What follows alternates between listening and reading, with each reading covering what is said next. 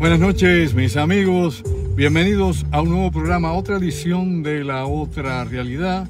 Aquí tu amigo Andrew Álvarez, compartiendo, como siempre, los jueves a las 8 de la noche, más o menos, 8 y 5, 8 y 10, dependiendo cómo estemos conectados con ustedes. Nuestro programa de corte ecléptico, La Otra Realidad. Recuerda que esto es una aventura más allá, definitivamente, de la conciencia humana, las situaciones y los eventos interesantes que acontecen en nuestro mundo aquí y ahora. Así que gracias una vez más por conectarse con nosotros. Un día hoy caluroso, de sobremanera, y pues tratando de enfrentarnos a las vicisitudes de día a día, resolviendo. Recuerde que el ser humano, lo que lo distingue, ¿no?, es precisamente su capacidad de poder resolver problemas. Y esto es algo que lo hemos hablado muchas veces, ¿no? Es parte de esa dinámica especial que tiene nuestra especie, de poder utilizar, ¿no?, el intelecto, la razón, su experiencia para resolver situaciones o problemas. Así que sin problemas, sin situaciones, pues obviamente no somos productivos. Necesitamos definitivamente siempre tener algo, ¿no?, en qué pensar y algo que hacer, para que entonces podamos utilizar, como decimos por ahí, nuestras mejores artes para hacer de este un mejor mundo y de nuestra vida también. Así que nuevamente un abrazo a todos por estar conmigo y darnos el apoyo que siempre nos dan cada vez que estamos aquí en el Facebook Live, sea los martes, en nuestro segmento Pensando en Voz Alta, o hoy jueves 23 de septiembre del año 2021, en La Otra Realidad. Más adelante, durante el programa, vamos a tener con nosotros vía telefónica, como de costumbre, al ingeniero Orlando Pla, con un sinnúmero de temas bien interesantes. Con Orlando vamos a estar conversando sobre, por ejemplo, lo que está pasando entre Estados Unidos y Francia, con el acuerdo que ha habido con los submarinos nucleares que va a fabricar Gran Bretaña y Estados Unidos para Australia, y cómo es que ha salido de este tratado Francia. Vamos a estar hablando también de las nuevas posturas que se están dando en Corea del Norte, donde aparentemente hay un cisma dentro del poder político de Corea del Norte. Por un lado, Kim Jong-un quiere liberar el país, es decir, abrirlo a las corrientes internacionales. Por otro lado, hay conservadores más extremistas que él. Supongo que su hermana debe estar en ese grupo. También estaremos hablando con la situación que está pasando, ¿no?, en Taiwán y China, que es algo que es recurrente. Es un tema que siempre nos toca de cerca por lo que está implicado, ¿no?, el conflicto que podría esto llevar. Vamos a hablar, lógicamente, de todo lo que está pasando en este momento referente a esa situación. Las maniobras de Estados Unidos, la OTAN, versus las maniobras de la Federación Rusa allá en el Mar Negro, allá frente y cercano a Crimea, y las cosas que están en estos momentos jugándose en ese ajedrez. Eso estaremos conversando y mucho más con el ingeniero Orlando Pla. Nosotros acá estaremos hablando, pues lógicamente, de la situación volcánica que se está dando actualmente en el mundo, sobre los más de 1.500 volcanes que se estima que están activos, y vamos a estar hablando también de Afganistán.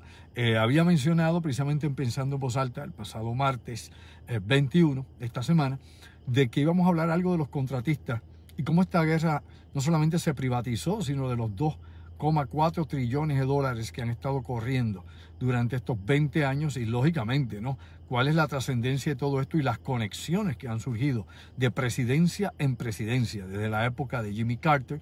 Y eso es dinero que obviamente no cae dentro del estudio actual de gastos que se llevó a cabo en esta guerra, la más larga que ha luchado Estados Unidos. Bueno, si es que no contamos con la guerra contra las drogas, porque supuestamente y alegadamente, ya usted sabe, contra las drogas llevamos desde el pasado siglo, y es una guerra que se ha ido perdiendo escalonadamente, y que en la actualidad pues no sabemos realmente cuáles van a ser las nuevas estrategias para tratar de eliminar este cáncer de la sociedad, si es que es posible eliminarlo, cosa que cada día se hace más difícil. Bueno, dicho todo eso, vamos a hablar un poquito de los temas que tengo esta noche para ustedes.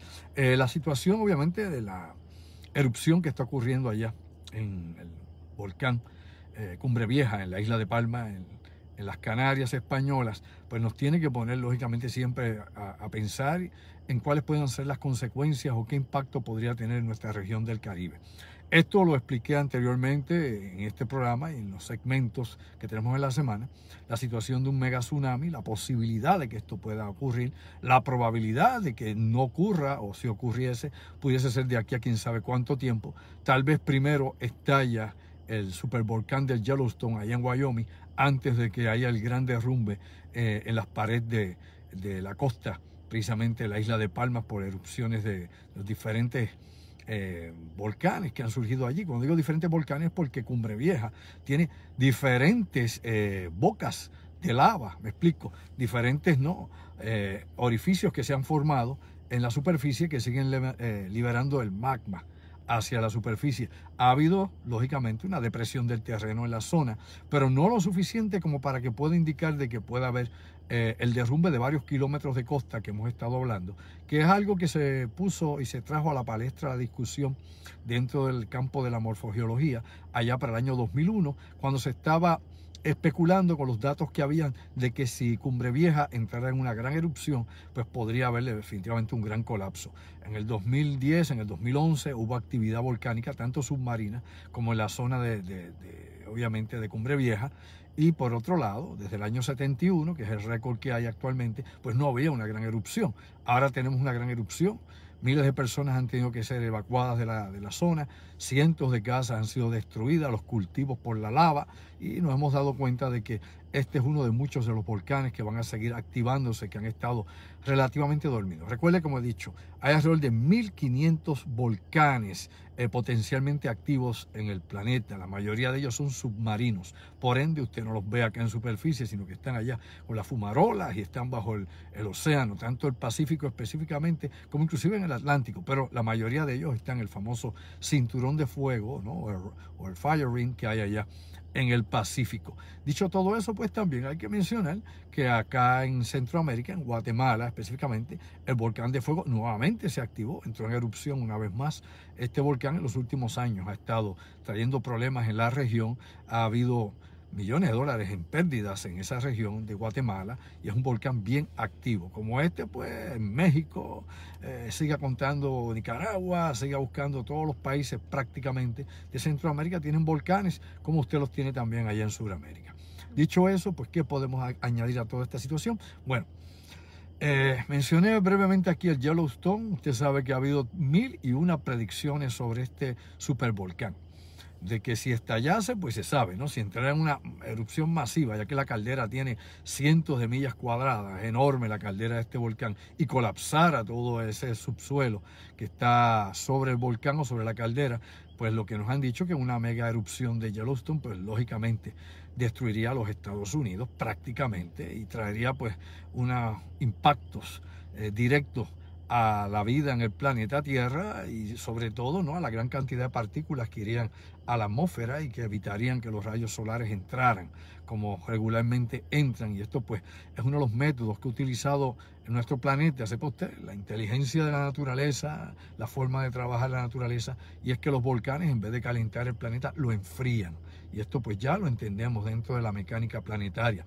Pero hay otros megavolcanes. Usted tiene allá en la India un megavolcán significativamente grande e impactante como Yellowstone. Tiene otros en el mar Mediterráneo y tiene otro más allá en el Índico, que es enorme también. Tiene uno cerca de Java. Así que tiene varios megavolcanes en el planeta, y hasta este momento pues no hay indicio de que alguno de ellos vaya a entrar en erupción, o que varios de ellos vayan a entrar en erupción. Si varios de ellos entrarán en erupción, pues ya usted sabe que es el fin del mundo, como lo conocemos.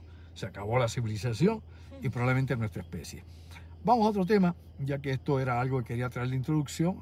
Vamos a seguir vigilando los volcanes. Acá en Puerto Rico no tenemos volcanes hace millones y millones y millones de años. No hay volcanes activos en la zona de Puerto Rico. Los volcanes más cercanos pues los tenemos allá en Monserrate, los tenemos en Guadalupe, los tenemos allá en las Antillas Menores. Por acá en Puerto Rico no hay volcanes desde hace millones y millones, decenas y decenas de millones de años. Ni el Yunque es un volcán, ni el Cerro Puntita, ni nada de eso. No oiga por ahí cosas que la comadreja se inventa. Dicho eso, vamos a la situación directa que quería tratar hoy, que es, lógicamente, el impacto de las pérdidas económicas, no únicamente la política o la cuestión militar, allá en Afganistán, y lo que se invirtió por el Departamento de la Defensa de los Estados Unidos y, lógicamente, ¿no?, el Congreso y el presidente de Estados Unidos, que permitieron, ¿no?, estos gastos gigantescos que a la larga pues no produjeron nada sino ganancias al bloque militar, industrial, farmacéutico, aeronáutico. Esos bloques militares son los que realmente rigen los destinos de las superpotencias en este mundo, sea Federación Rusa, sea China, sea la Unión Europea, ¿eh?, sea Estados Unidos, sea quien sea. Estos son los bloques que obviamente continuamente, ¿no?, están invirtiendo dinero, ganando dinero y inmiscuidos en el tráfico legal e ilegal de armamentos y tecnología en todo el planeta. Algo que se ha tratado de regular. Inclusive, el único de los renglones donde se ha podido controlar más la situación de este bloque militar cuando se entra en el frenesí de estar vendiendo armamentos en todo el mundo o permitiendo que el mercado negro lo haga, es en el renglón de las armas nucleares, en cierta medida. ¿Por qué? Porque aún así tenemos países que se incluyeron en el club nuclear como Corea del Norte, que había todo tipo de sanciones y restricciones para que no hubiese tecnología disponible para Corea del Norte, y aún así Corea del Norte no solamente tiene reactores nucleares, ha hecho varias pruebas nucleares subterráneas y está capacitado para atacar a sus vecinos con armamento nuclear. De la misma manera, Israel, del que nunca se ha sabido cómo, cuándo y qué, y de qué forma, ¿no? Logró Israel accesar, poseer armamentos nucleares y producirlos también, ¿no? Como en la región de Dimona, allá en Israel, donde se producen estos armamentos y se almacenan. Así que ese sigue siendo otro enigma. Tal vez uno pueda sospechar o uno puede especular, pero es otro de los enigmas sin contestar, cómo Israel lo adquirió. La historia de Pakistán y de India pues ya es más conocida y sabemos los apoyos que tuvieron tanto de la antigua Unión Soviética como de los Estados Unidos, inclusive Pakistán de Arabia Saudita, que también tiene la mirilla conseguir armamentos nucleares en la próxima década. Así que la situación nuevamente de armas de destrucción masiva, las armas químicas no han podido obviamente controlarse de la misma forma. Armas químicas las hemos visto activas en Siria en los últimos años, lo vimos en el pasado siglo allá en Irak, lo hemos visto utilizándose en Zimbabue y otras regiones, lo que era Rodesia antiguamente en África y otros lugares más donde se han usado armas químicas y armas biológicas. Así que estamos expuestos, lógicamente, a todo esto. La diferencia entre armas biológicas, armas químicas y armas nucleares es la capacidad de destrucción inmediata. Entre todas ellas, la destrucción inmediata y obviamente los efectos a largo plazo los tienen las armas termonucleares sobre las químicas y sobre inclusive las armas biológicas. Esto lo digo de esta manera porque aunque en la actualidad tenemos más de 15.000 armamentos nucleares en el planeta, según se estima, ¿no? Sobre 15.000 cabezas nucleares repartidas, la mayoría de ellas entre Estados Unidos y la Federación Rusa, solamente hace falta 100 estallidos nucleares. Me explico. 100 armas de estas que se utilicen en un conflicto para acabar con la humanidad como usted la conoce, es decir, para que sea el fin de nuestros tiempos. Así que todos lo sabemos, eso sigue siendo un disuasivo alegadamente, pero esta situación, lógicamente, del negocio de la guerra, del negocio de los armamentos, de las industrias paralelas que hay detrás de todo esto, de las inversiones económicas, de las agendas que hay subterráneas, ¿no? De los mafiosos corporativos, ¿no? De cómo trabajan tras bastidores a nivel del mundo en venta de un sinnúmero de elementos que usted tal vez cree que no están relacionadas con la industria armamentista, pero sí lo están. Hay un sinnúmero de compañías que dan servicios que son colaterales y por otro lado son también ramificaciones de este bloque militar. Pues vamos, en Afganistán específicamente lo que nos tiene que llegar a nosotros es que durante décadas Estados Unidos siempre tuvo interés en esta región. Desde la época obviamente de Jimmy Carter, donde comenzaron operaciones allá en Eurasia por la situación de Irán, de los rehenes en la embajada allá en Irán, y luego todas las situaciones que surgieron con la invasión, por ejemplo, de la Unión Soviética a Afganistán. Presidentes como Reagan, presidentes como Jimmy Carter, como George H.W. Bush, como por ejemplo George W. Bush, su hijo, como Obama, inclusive el mismo Trump, todos ellos han estado implicados, lógicamente, no solamente en las operaciones secretas que se han dado en esta región, sino continuamente en la inversión de los billones y billones hasta llegar a trillones de dólares en esta región del mundo. Digo todo esto porque la realidad es que esa ha sido la historia desde el pasado siglo, desde la década de los años 70, en esta región de Irán, Afganistán y lo que actualmente pues son países que antes eran de la Unión Soviética, las operaciones que se dieron allí de inteligencia y todo el mercado negro de la droga, del opio, de la heroína, que tantas veces aquí hemos discutido, y las vías que tiene, las 3 vías de transporte, una por Europa, otra obviamente por Pakistán y otra que se saca directamente hacia regiones del Báltico. O sea, y inclusive se sacan también drogas a través del Oriente Medio, que vienen del opio que viene y se trae directamente desde Afganistán. O sea, hay varias de estos grandes focos de transporte para Europa y Occidente. Aquí es interesante porque hay una investigación que pone al descubierto todo lo que pasó en estos 20 años, esos 2.3 o 2.4 trillones de dólares. El proyecto Cost of War, el costo de la guerra, de la Universidad de Brown. De hecho, la Universidad de Brown, allá en Rhode Island. ¿Sabe usted quién es graduado de Brown University? Hay muchos puertorriqueños, entre ellos Luis Fortuño, que fue graduado de la Universidad de Brown. Pero bueno, esta universidad es una de las mejores 10 universidades en los Estados Unidos, al igual que Harvard, Yale y otras universidades que se dedican a hacer investigaciones de gran calado, de gran alcance. Ha hecho el análisis de los costos de inversiones de esta guerra de Afganistán por 20 años. Aquí lo que se dice es que específicamente el Departamento de la Defensa utilizó 1,05 trillones de dólares, ellos específicamente, el Departamento de la Defensa. El otro trillón de dólares pues se utilizó en una serie de, digamos, de gastos que no están muy bien identificados, cae en esa nube oscura, ¿no?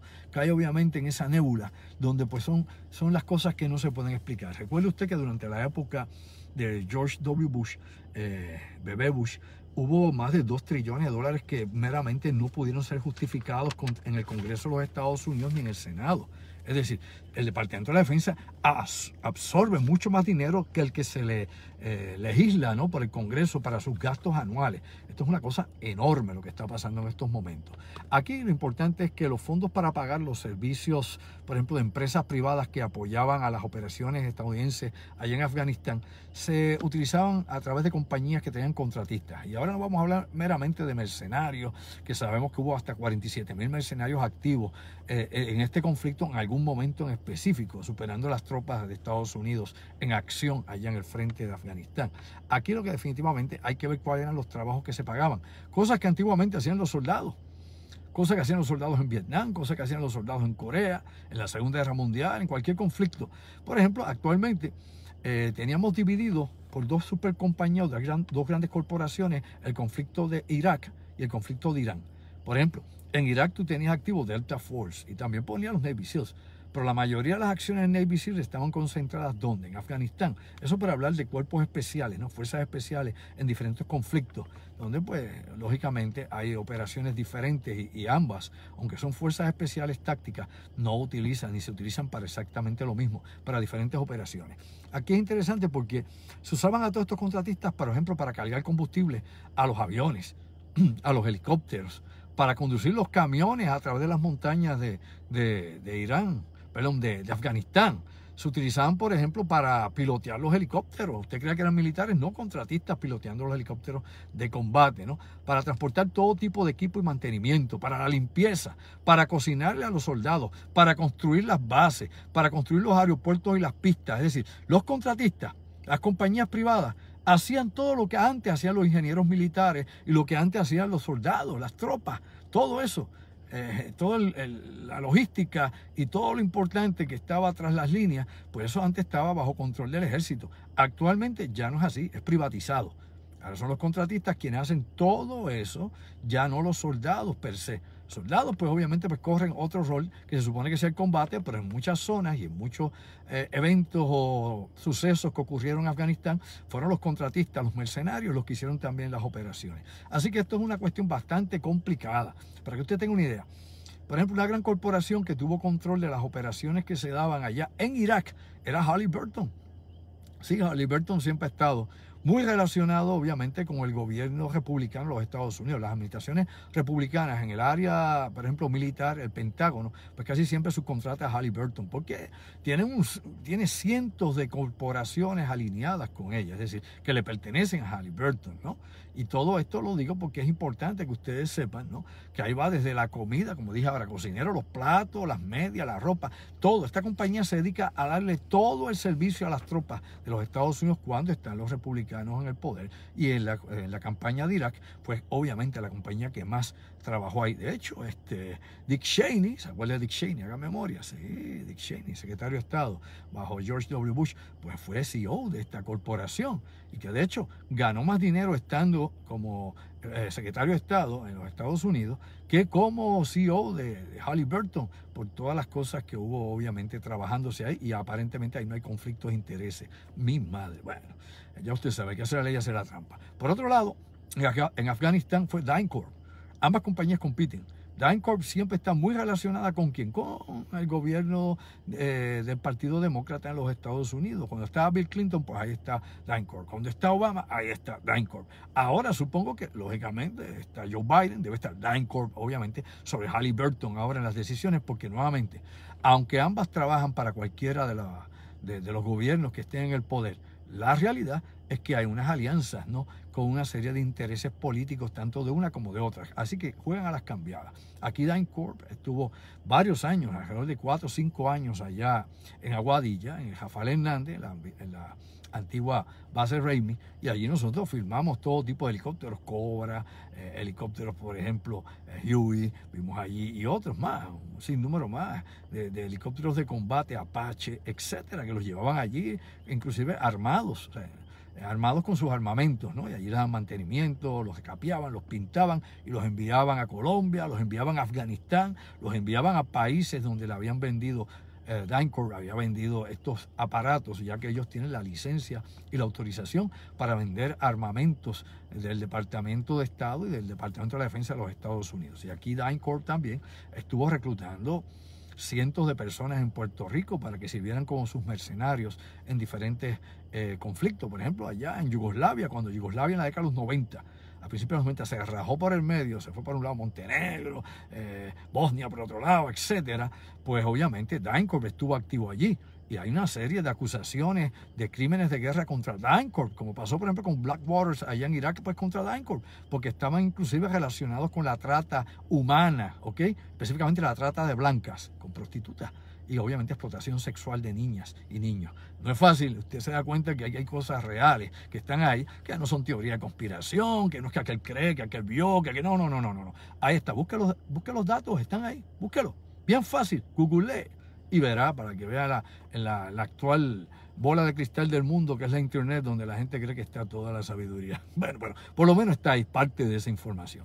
Dicho todo eso, ¿qué ha pasado? Bueno, aparte de estas dos grandes corporaciones, hubo otras que se quedaron con el gran bizcocho, ¿no? Con un pedazo grande, obviamente esos 2,3 trillones de dólares, y específicamente dentro de esa nube, que hay cosas que todavía no se saben, porque, sepa usted, y se lo aclaro, no hay forma legal, oiga bien, no hay forma legal de que el Senado y el Congreso de Estados Unidos puedan develar cuáles son esos gastos oscuros. No, hay obviamente unas normas de seguridad nacional, unas actas de seguridad nacional que no permiten que se diga qué, dónde y cómo se invierte ese dinero. Está más allá del alcance del presidente, del Senado y del Congreso. Lo sabía. Muy bien. Así que las operaciones, o Black Ops, o operaciones oscuras, o la cantidad de trillones de dólares para proyectos militares, obviamente políticos de alta tecnología, los que fuesen, que tengan que ver con el poderío militar de los Estados Unidos, sus capacidades de control y dominación global, están fuera del alcance de cualquier político, inclusive del presidente de los Estados Unidos. Llámese como se llame, republicano o demócrata, ¿a quién le importa? No, eso está más allá de eso. Bueno, pero algunos números que sí conocemos son los siguientes. Vamos a desglosar esto antes de entrar en un ratito con el ingeniero Orlando Pla próximamente. Por ejemplo, compañías como Fluor Corporation. Fluor Corporation se llevó al bolsillo 13.500 millones de dólares, mientras estuvo obviamente en el frente allá, dando servicios allá en Afganistán. Kellogg Brown, por ejemplo, ¿no? El KBR, como le llaman, 3.600 millones de dólares. Esta gente obviamente eran ingenieros y daban logística para la fuerza de los Estados Unidos, ¿no? KBR, 3.600 millones. Raytheon Technology, radares, misiles, drones, bueno, de todo tiene esta gente, miras, electrónicas, etcétera. Raytheon Technology se llevó 2.500 dólares por un lado, mucho más, sobre 14.000 millones de dólares adicionales a esos 2.500. Así que Raytheon, obviamente guisando directamente con la alta tecnología de drones, de radares, de misiles y todo esto. Recuerde usted que un Hellfire, por ejemplo, puede costarle a usted sobre 75.000 dólares, meramente disparar ese cohetito para volar a un terrorista. Habían operaciones que para eliminar a un solo hombre, sea del Talibán, de Al-Qaeda, del Estado Islámico, de cualquiera de estas organizaciones, las más conocidas, que meramente volar a un solo hombre costaba el armamento, el equipo utilizado, 125.000 dólares. Más eso tiene que añadirle, ¿no?, el personal, el sueldo y un número de cosas más. A veces eliminar a un cabecilla o a un sospechoso podría llegar inclusive a $200,000, meramente eliminar a ese tipo con un disparo. Para que usted vea cómo es que se juega esto, ¿no?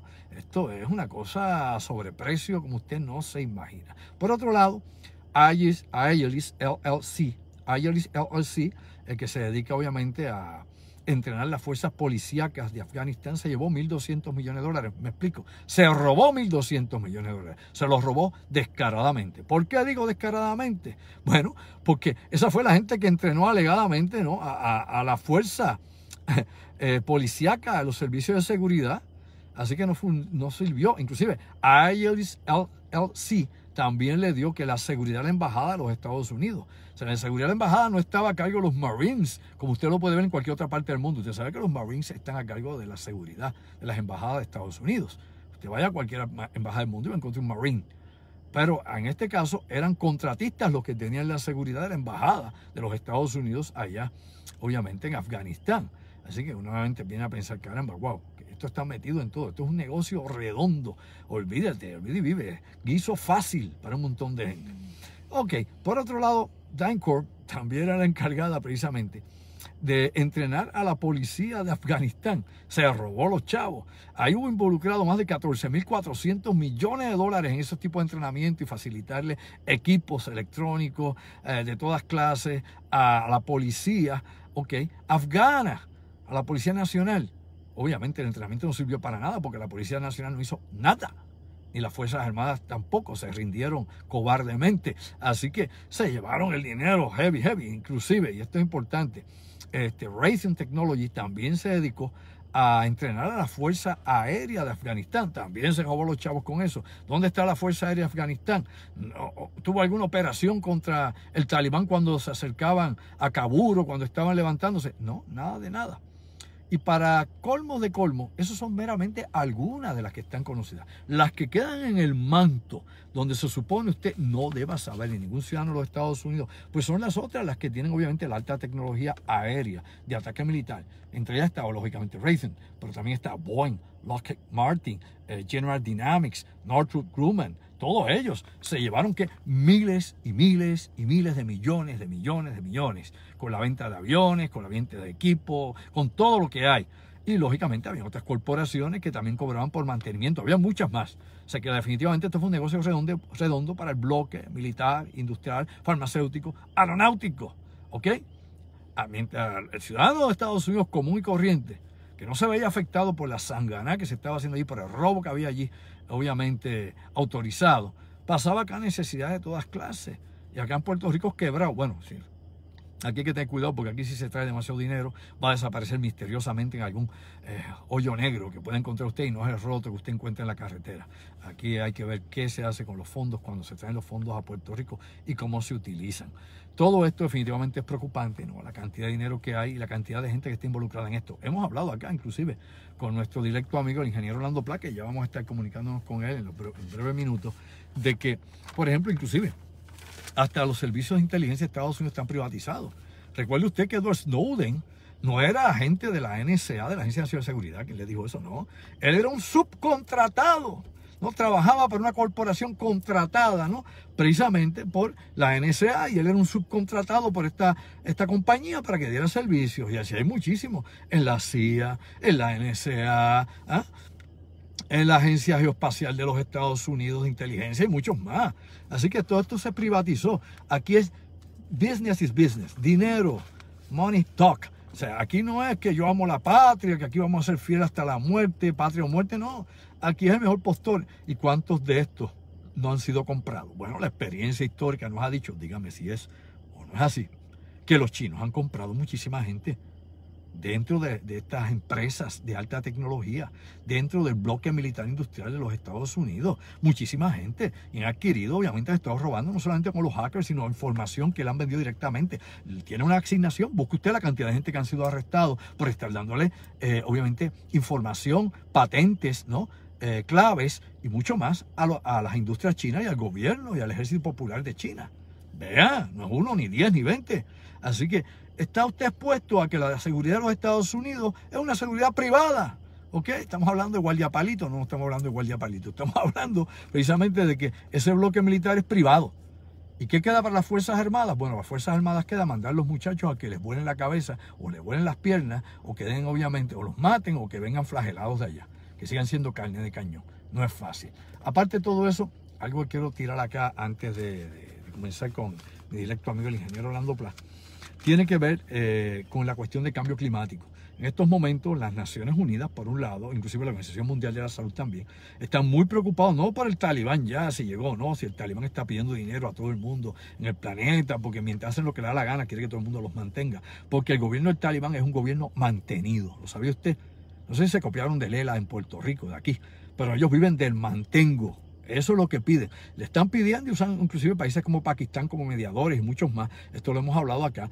Ellos quieren tener, y esto vamos a hablarlo con el ingeniero Orlando Pla en un momento, ellos obviamente quieren ir a hablar a las Naciones Unidas. Pero hace tiempo, desde que llegaron al poder, están negociando con un sinnúmero de países para que les llegue todo tipo de ayuda financiera, de alimentos, de todo, porque el país está fastidiado. O sea, ellos querían coger un país, tomar el gobierno de un país que está fastidiado para dejarlo más fastidiado. Usted se da cuenta que aquí la gente no tiene ni cabeza, ni pie, ni nada. O sea, la cuestión ilógica, lo bizarro, gobierna este mundo.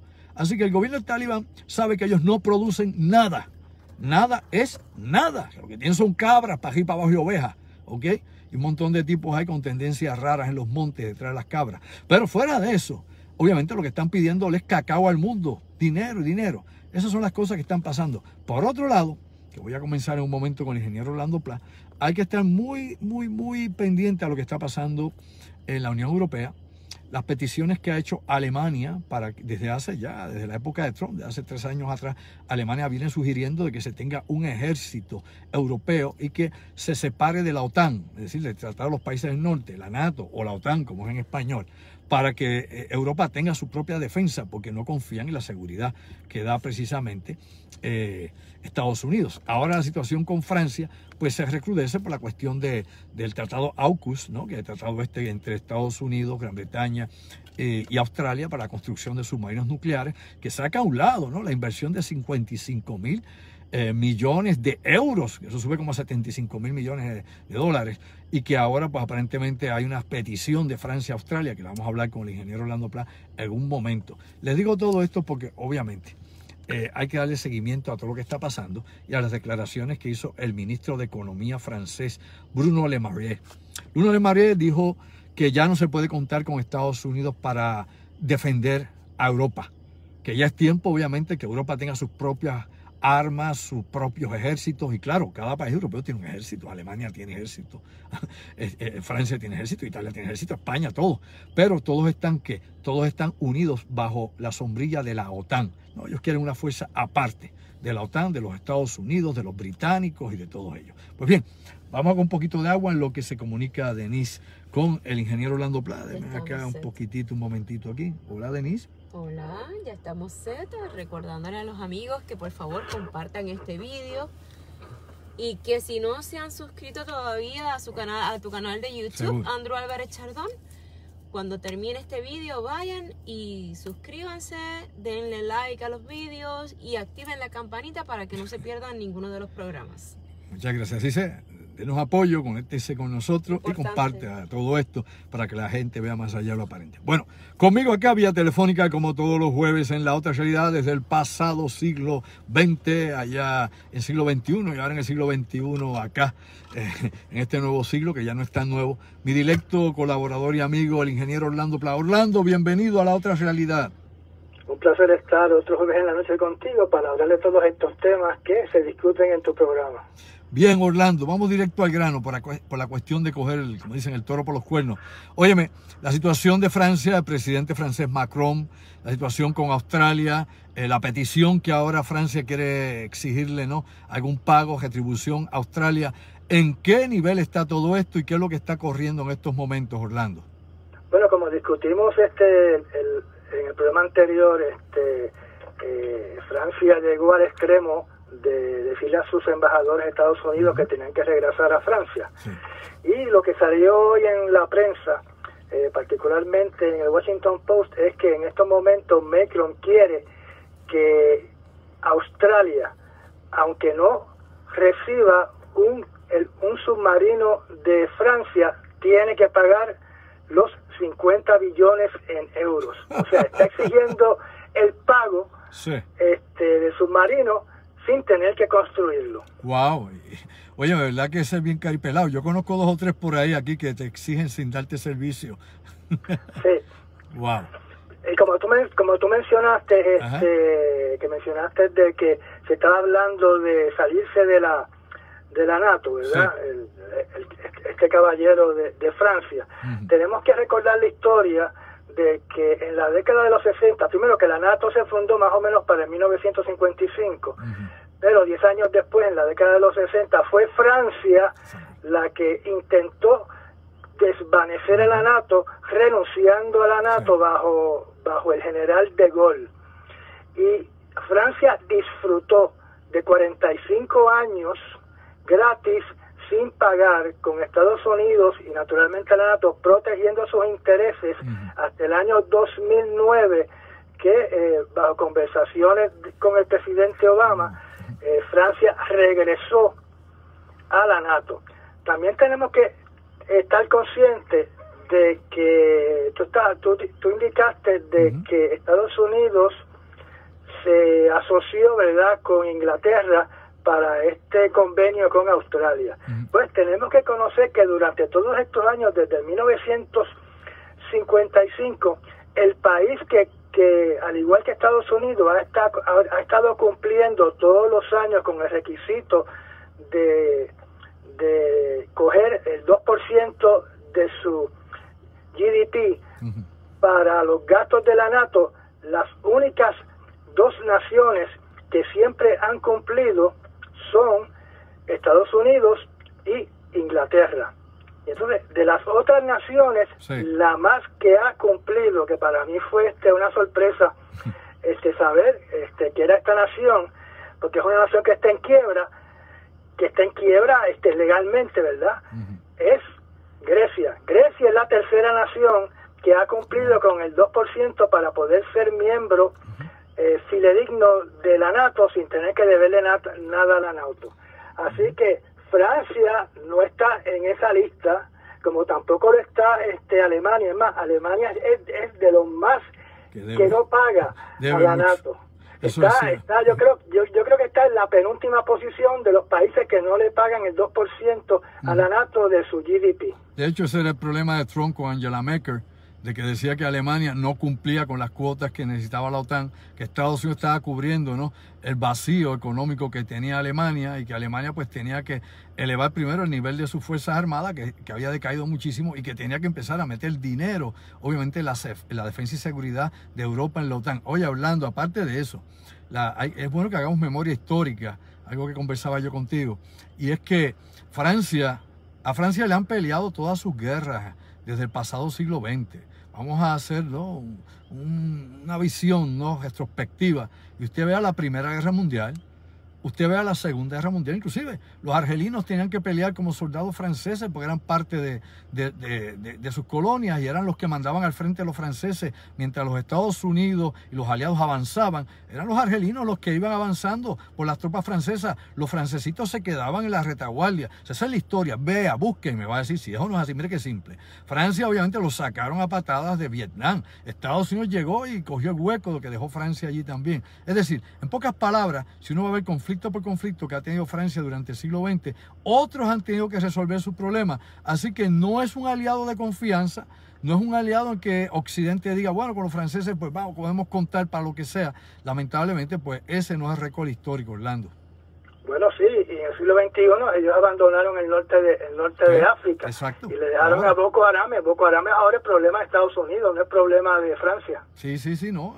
Las antiguas colonias francesas en África están manga por hombro y ni siquiera la legión extranjera la están utilizando allí. Ahora, otro tema que toqué hace un momento y que quiero que me traigas acá a la discusión, Orlando, es la cuestión de la audiencia que está pidiendo el Talibán en las Naciones Unidas y donde aparentemente pues Pakistán está abogando porque Afganistán pues reciba todo tipo de ayudas y dádivas que se les pueda dar. Yo decía hace un momento que el gobierno del Talibán es un gobierno mantenido. Parece que aprendió algo de Lela. Sí, eso es así. Como tú sabes, y tú has mencionado en tu programa, uno de los países que financió las madrasas fue Pakistán. Así mismo. Y en estos momento se está convirtiendo más o menos en un embajador, ¿verdad?, de los talibanes, donde Pakistán está solicitando que los países que tengan dinero, ¿verdad? Sí. Y naturalmente estamos hablando aquí de Inglaterra y de Estados Unidos y de otros países europeos, que deben ayudar a los talibanes a establecer un gobierno adecuado en Afganistán y que tienen que darle diferentes tipos de ayudas económicas para que ellos puedan administrar el país de Afganistán. Así que quieren todas las ayudas económicas posibles que sean enviadas a Afganistán, y según lo que dice Pakistán es que lo que se debe hacer es establecerle un plan de gobierno al talibán y estarlo auditando de que está cumpliendo con ese plan, para entonces darle, ¿verdad?, los dineros que necesita el talibán para correr su gobierno. Como tú sabes, durante la guerra de Afganistán, durante estos 20 años, Estados Unidos estuvo pagándole los salarios a todos los militares de Afganistán y a todos los empleados del gobierno de Afganistán. Una barbaridad. Así que supongo que están pensando, ¿verdad?, que ocurre exactamente lo mismo y que el extranjero, ¿verdad?, particularmente Estados Unidos, pues vuelva a pagar todos esos salarios. Ahora, tenemos que estar conscientes que en el día de hoy apareció una noticia en prensa asociada de que Afganistán sigue por el rumbo de aplicar el Sharia como lo define el talibán. Y ya implementaron durante esta semana todos los castigos de cortarle la mano a los que roben, etcétera, etcétera. O sea que Pakistán ahora está en esa línea dura. Pero hay que recordar, Orlando, que por ejemplo, el grupo étnico, o el mayor grupo étnico que compone al talibán, no es totalmente Afganistán. Son precisamente las tribus que hay en Pakistán y en Afganistán. Los que comparten la frontera entre ambos países son precisamente los que componen la mayor parte del talibán. Así que por eso tienes talibanes de Pakistán como talibanes de Afganistán. O sea que todos están conectados, Orlando.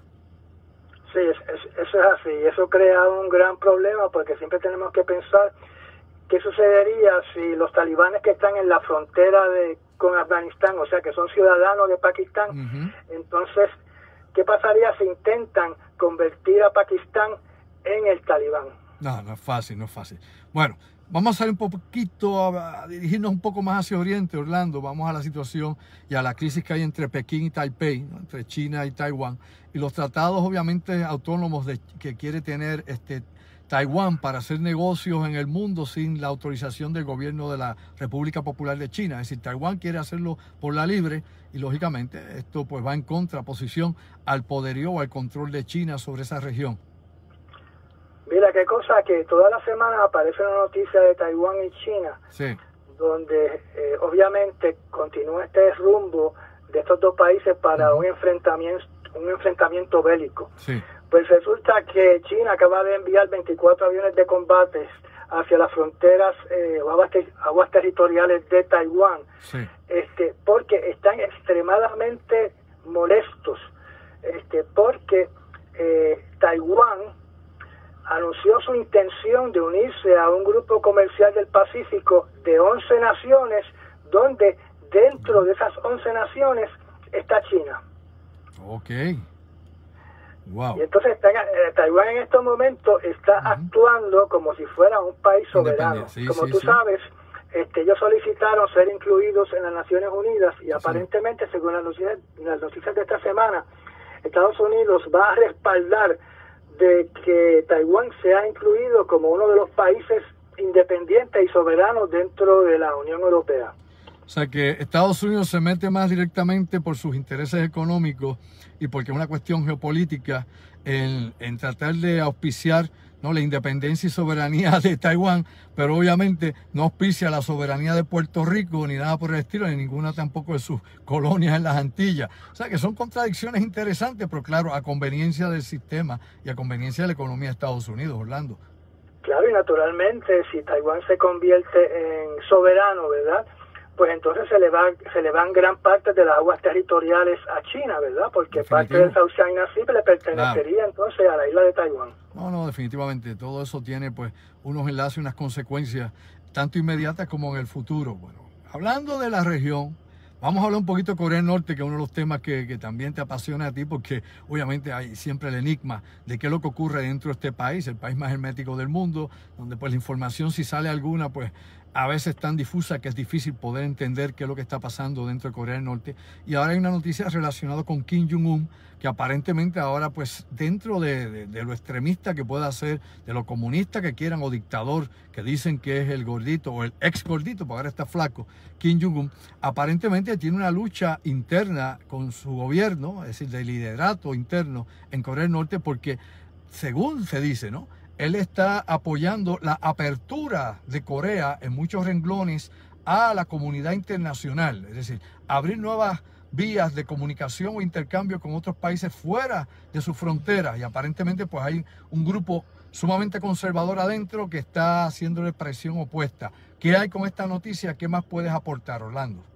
Pues naturalmente hay que hablar de Corea del Norte casi todas las semanas debido a la situación de que tienen allí la loquita hermana de Kim Jong-un, Kim Jong-un, que se pasa amenazando que va a utilizar sus armas nucleares. Ajá. Y después tenemos todos los visuales de las pruebas de misiles de Corea del Norte, y como tú sabes, salió hace unos días las pruebas de un misil que lanzaron de un tren.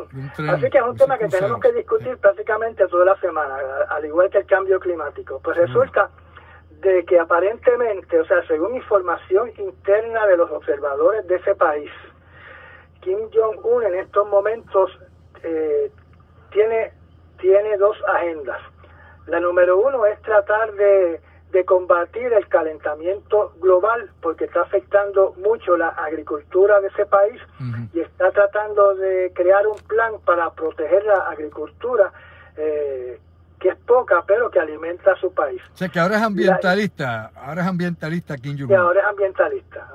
Aunque es muy poco, ¿verdad?, que pueda ser un país que no está industrializado, claro, con respecto al calentamiento global.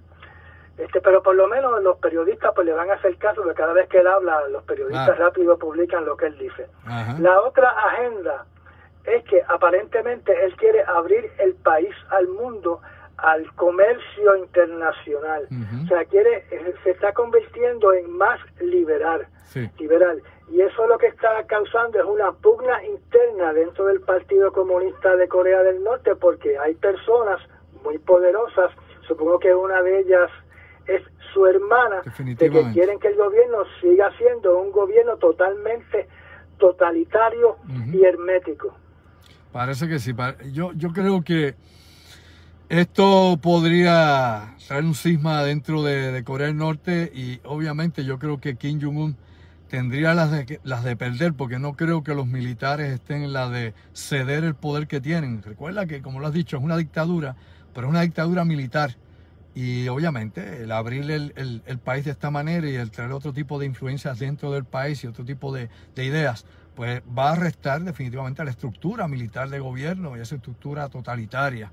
Pero hay que echarle el ojo, porque como te has dicho, Orlando, no se sabe si Kim Jong-un está enfermo, no se sabe si algo está pasando tras bastidores que no vemos, porque como la información es tan poca, pues lo que tenemos es meramente la observación y la especulación.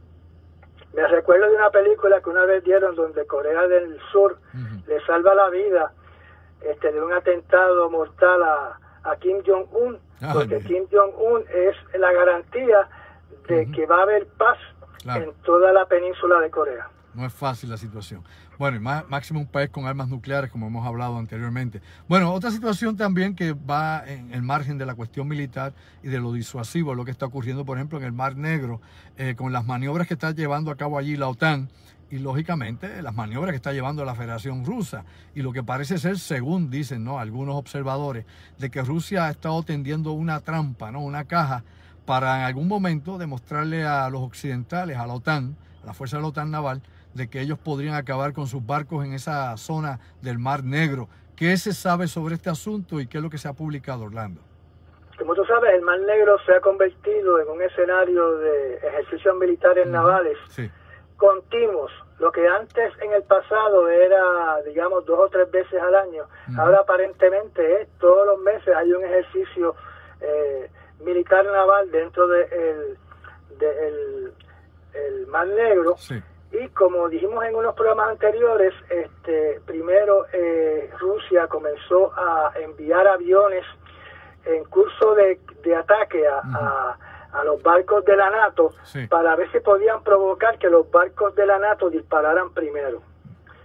Entonces lo que están haciendo en estos momentos es que están poniendo diferentes blancos en diferentes partes del Mar Negro, sí, y desde Crimea están lanzando cohetes a estos blancos, y todos los cohetes que están lanzando están dando en el blanco, y esto es para demostrarle a los barcos de la NATO que están en el Mar Negro que están en una trampa mortal, claro, que no tienen absolutamente ninguna defensa dentro de ese mar que está cerrado, que no pueden escapar, que no es tan grande como el Océano Atlántico, claro, no es tan grande, ¿verdad?, como el Océano Pacífico, que es inmenso, que coge la mitad del planeta.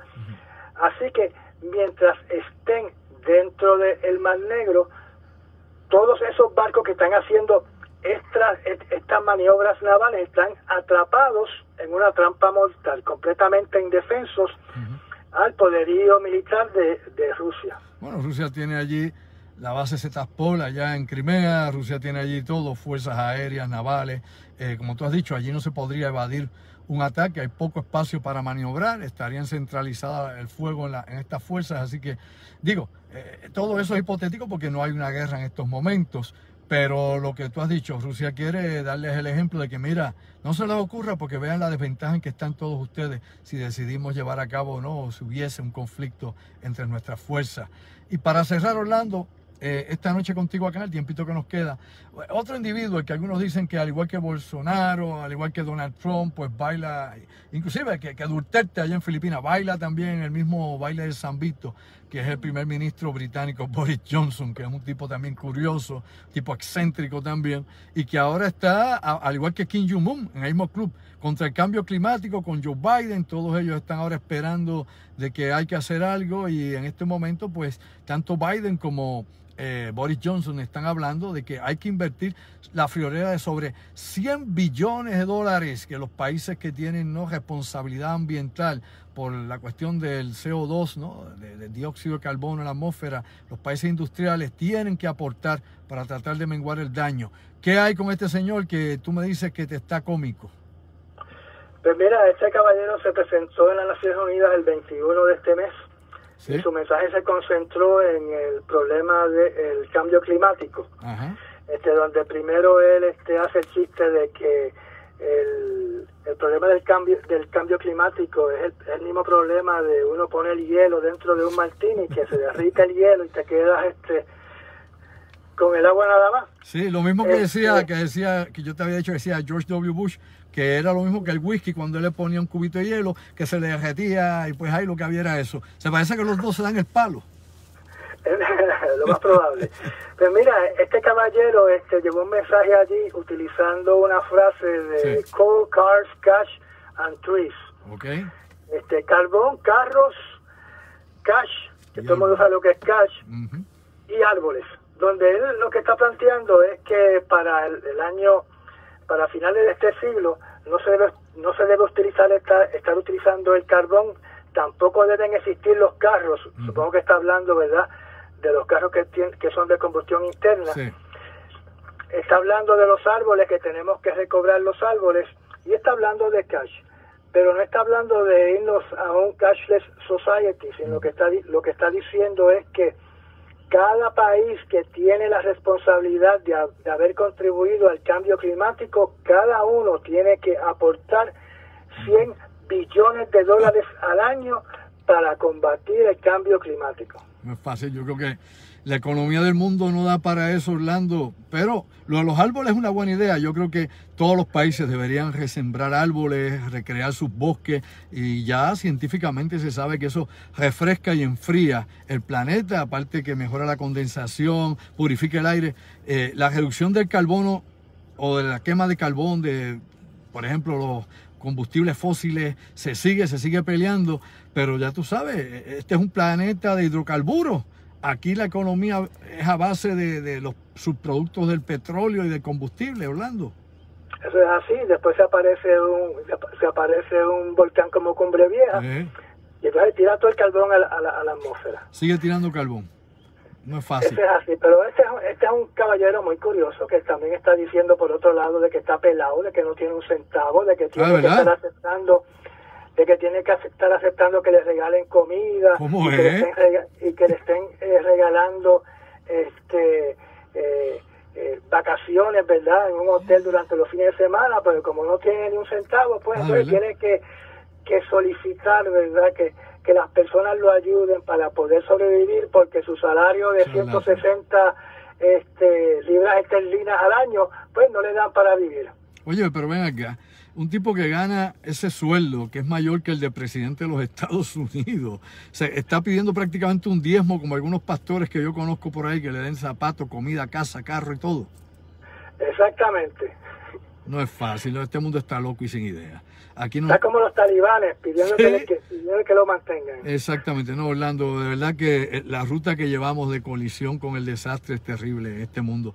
Hay que hacer algo y esto tiene que cambiar de alguna manera. Y va a cambiar más allá de nuestro alcance y de lo que los humanos podamos controlar. Orlando, gracias. Dime. Y en ese mensaje que él dio tenemos que añadir sobre el calentamiento global, de que los últimos datos es que el mar está subiendo 0.12 pulgadas al año. Sí, no. Y cada vez está subiendo más ese valor de cuánto está subiendo el mar cada año. 0.12 pulgadas al año es un montón. No, están condenados un sinnúmero de países y de islas en el Pacífico y en el Atlántico, y están condenadas muchas ciudades del planeta, y esto se viene proyectando y se viene discutiendo desde finales del pasado siglo y a nadie le importa. Bueno, vamos a ver qué pasa. Y esperemos que Cumbre Vieja no se derrumbe y que no tengamos un mega tsunami aquí, porque vamos a empezar a ver lo que es la vida desde otro ángulo. Recuerda que con respecto al tsunami siempre te mencionan la pérdida de vida, ¿verdad? Sí. Que va a haber en todas las costas de Estados Unidos, de Sudamérica, el Caribe y las costas de Europa y Inglaterra. Pero lo que no te dicen es que esa misma ola, ese mega tsunami va a destruir toda la marina mercante que se encuentra en esos puertos. Por lo tanto, se va a paralizar por completo aquí en Puerto Rico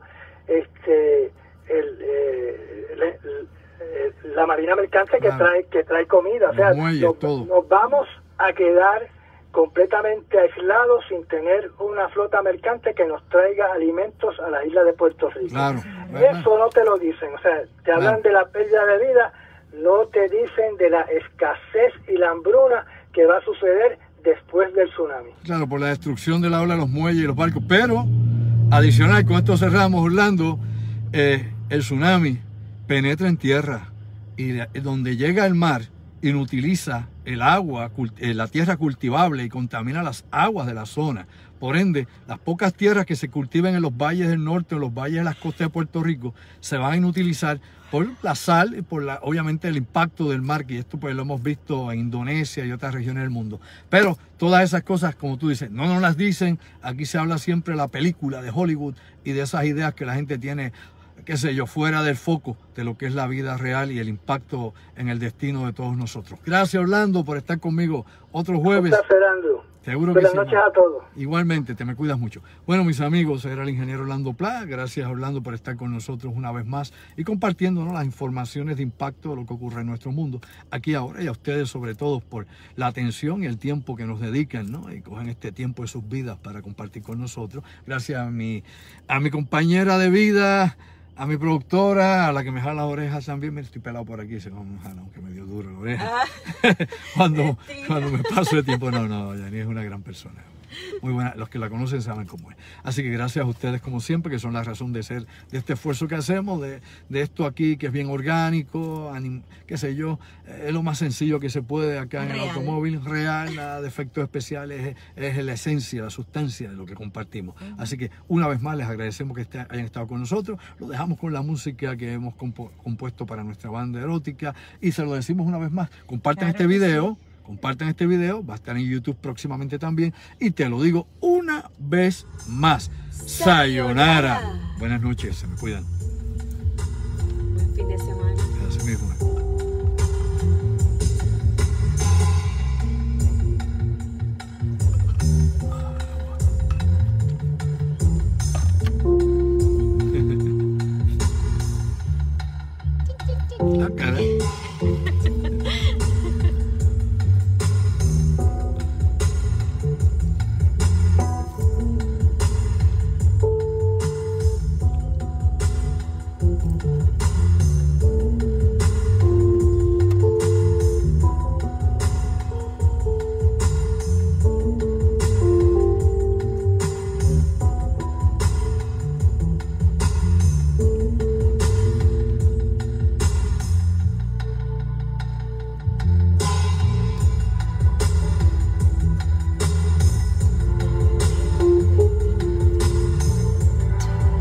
Cuídense.